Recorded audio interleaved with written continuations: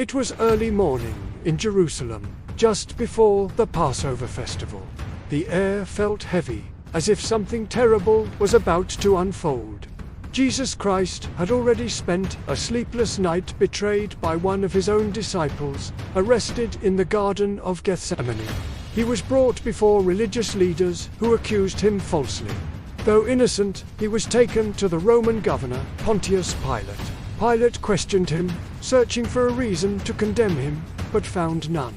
Still, the crowd outside grew louder. Stirred by the chief priests, they shouted again and again, "Crucify him!" Pilate hesitated, offering a choice: to release Jesus or Barabbas.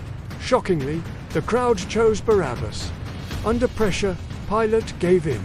He washed his hands before them, symbolizing he would not take responsibility. Yet, he handed Jesus over to be crucified. Roman soldiers took Jesus away.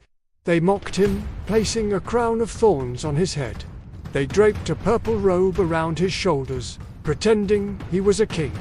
They struck him, spat on him, and laughed. Then came the long walk to Golgotha, the place of the skull. Jesus was made to carry his own cross, weakened from beating. Along the way, he stumbled and fell. A man named Simon of Cyrene was forced to help carry the cross behind him. People lined the streets. Some wept, especially the women who mourned for him. Others jeered and mocked. At Golgotha, they nailed Jesus to the cross. 2 criminals were crucified beside him, one on each side.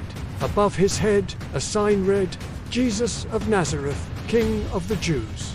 Even in agony, Jesus spoke, "Father, forgive them."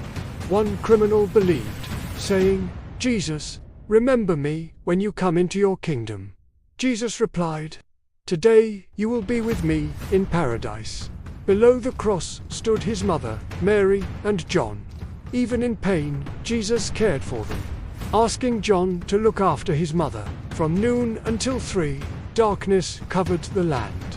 It was as if creation itself mourned. Then Jesus cried out, "It is finished." And with that, he breathed his last. At the moment of his death, the ground shook violently. Rocks split apart. In the temple, the great curtain was torn in two, symbolizing that the barrier between God and humanity had been removed. A Roman centurion stood in awe and said, "Surely this was the Son of God." As evening approached, Joseph of Arimathea asked for his body. He wrapped it in linen cloth and placed it in a new tomb. A large stone was rolled in front of the entrance. It is called Good Friday because through Jesus' sacrifice, forgiveness and salvation were made possible. His death was the beginning of hope.